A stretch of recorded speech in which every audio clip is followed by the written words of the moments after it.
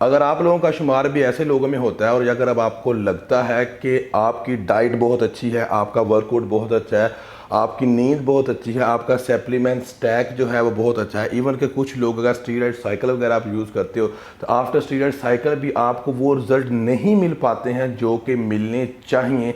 उसके पीछे क्या वजह हो सकती हैं, क्या रीज़न है, कोशिश करूंगा जितना मुझे थोड़ा सा पता है अपना एक्सपीरियंस अपने स्टूडेंट के ऊपर जो चीज़ें हुई हैं उस एक्सपीरियंस को आप लोगों के साथ मैं शेयर कर सकूं। अगर आप लोगों के साथ भी ऐसी चीज़ें हो रही हैं या आपको फेस करने को मिल रही हैं तो आप उनको डील कर सकें और आपका जो बेसिक गोल है फिटनेस को लेकर आप उसको अचीव कर सकें।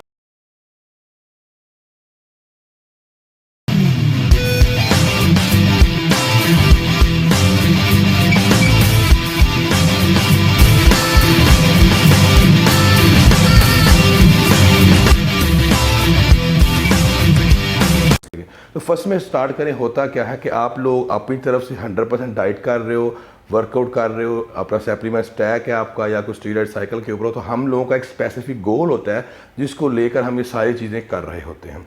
अंडरस्टैंड गॉट इट कर लिया।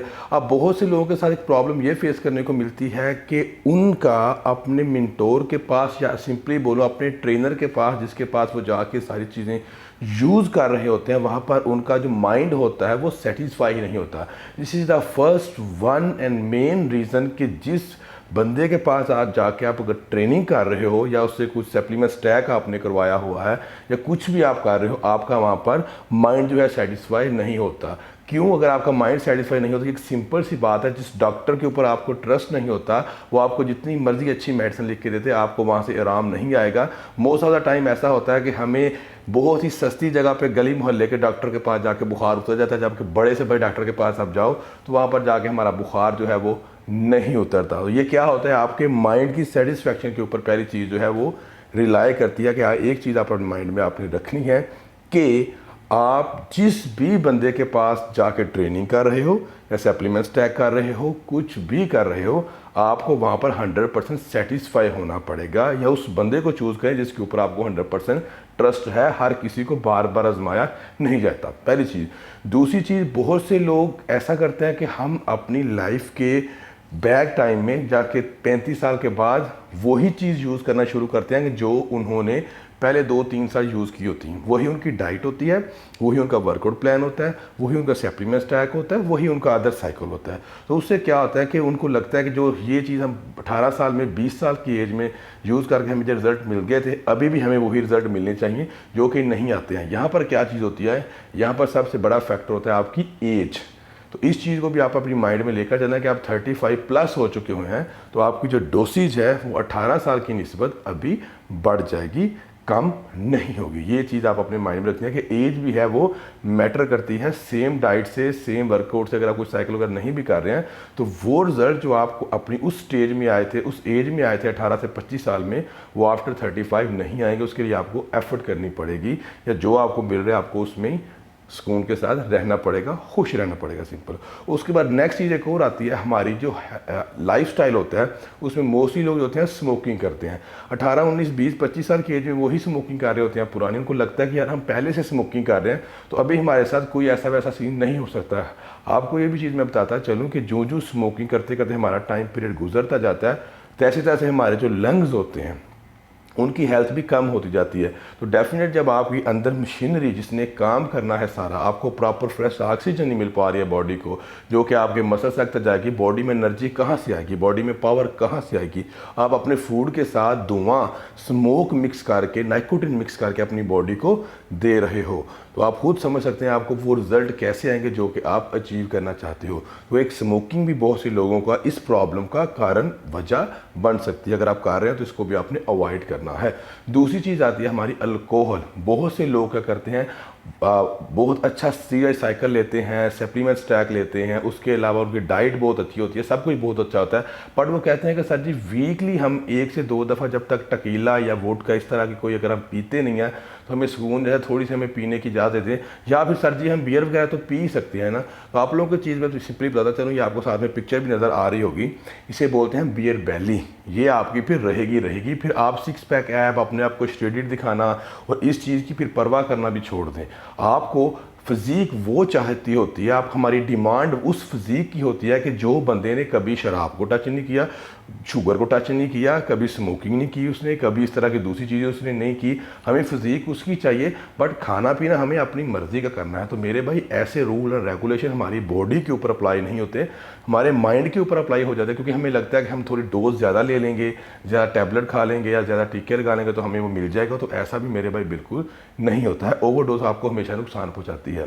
जी, नेक्स्ट ऑप्शन आता है हमारे पास ओवरडोज का। अगर आप ओवरडोज लेते हो किसी भी चीज़ की, या अपने साइकिल को एक्सटेंड कर देते हो 3 मंथ से भी 4 5 6 7 8 मंथ तक जा सकते हो, तो एक वक्त में आपकी बॉडी में पीक तो डेफिनेटली आएगी। तो पीक के बाद हमेशा बात याद रखें, वही सेम डोज के बाद आपको ज़वाल आएगा, आपकी बॉडी नीड करेगी मोर। ये बेसिकली ड्रग होते हैं। क्या इसका सीन होता है कि जितना आप ले रहे हो बॉडी को उससे ज़्यादा चाहिए। सेम लाइक अगर आप सर दर्द के लिए डिस्प्रिन या पैनाडोल लेते हो तो आफ्टर 1 मंथ 2 मंथ के बाद आपको उसकी डोज बढ़ानी पड़ती है। जैसे कुछ लोग डायबिटिक के पेशेंट हो जाते हैं तो पहले वो टैबलेट लेते हैं, फिर उनकी टैबलेट बढ़ती हैं, फिर वो इंजेक्शन पे आ जाते हैं इंसुलिन की नीडल पे, फिर इंसुलिन की उनकी डोसेज होती हैं वो के साथ साथ बढ़ती जाती हैं। अगर प्रॉपरली वो डाइट को कंट्रोल नहीं करें तो ये भी चीज़ एक फैक्टर हो सकता है। अगर आपका गोल जो है बेसिक वो अचीव नहीं हो रहा, अगर ऐसा आप लोग कर रहे हो तो आपने इस चीज़ को भी अपने माइंड में रखना। कोई भी स्टीरॉयड साइकिल करते तो उसके बाद पीसीटी करें, फिर साइकिल करें, बॉडी से वॉश आउट करें, फिर साइकिल करें। अगर आप लोग कोई भी आपका स्पेसिफिक गोल है अगर अचीव करना चाहते हो तो। उसके अलावा दूसरी चीज़ आती है आपकी नींद। मेन चीज़ अहम रोल प्ले करती है। 2 तरह की नींद होती है, एक होती है क्वालिटी नींद, एक होती है क्वांटिटी नींद।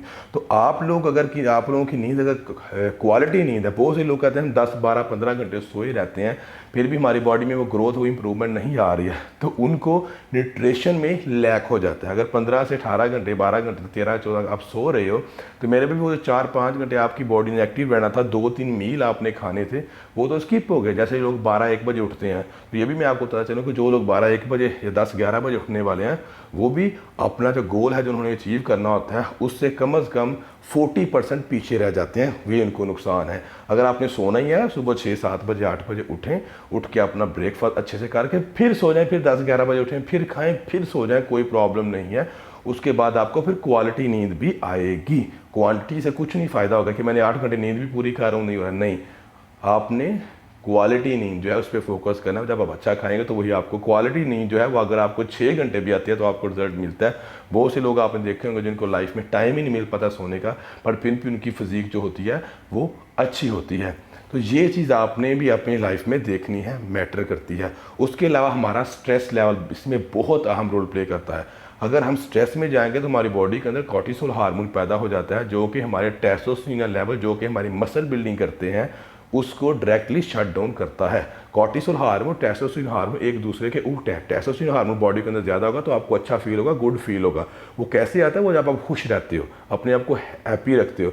और इसी तरह जब आप स्ट्रेस में आते हो, किसी छोटी छोटी चीज़ों की आप स्ट्रेस लेना शुरू कर देते हो तो वो कॉर्टिसोल हार्मोन ऊपर आ जाता है, जिससे क्या होता है कि आपका टेस्टोस्टेरोन लेवल नीचे हो जाता है, जिसकी वजह से बहुत से लोगों का फैट लॉस नहीं होता था। इनमें सबसे ज़्यादा बिजनेसमैन लोग होते हैं जिनका अपना बिजनेस होता है। जॉब वाले लोगों का इतना इशू नहीं होता, बहुत कम लोगों का होता है, बट मोस्टली ये बिजनेस वाले लोगों का होता है जिनको हर वक्त सर पे स्ट्रेस छोटी छोटी चीज़ों को लेकर होती है। यहाँ पर एक टिप्स मैं आप लोगों को देना चाहूँगा। देखो, होना वही है जो हो के रहना है। ये जो दुनिया है, ये जो ज़िंदगी है, ये आपसे पहले भी इस दुनिया के काम चलते थे, आप आए हो फिर भी चल रहे हैं, और आपके जाने के बाद भी ये काम चलते रहने हैं। तो so just try to happy, अपने आप को हैप्पी रखने की कोशिश करें जितना ज़्यादा भी हो सकता है। अगर प्रॉब्लम आई है तो उसमें टेंशन नहीं लें, उस प्रॉब्लम का सोल्यूशन ढूंढें, उसके ऊपर काम करें, ना कि उसी प्रॉब्लम को सर पे लेके दिल पे लेके बैठ जाओ।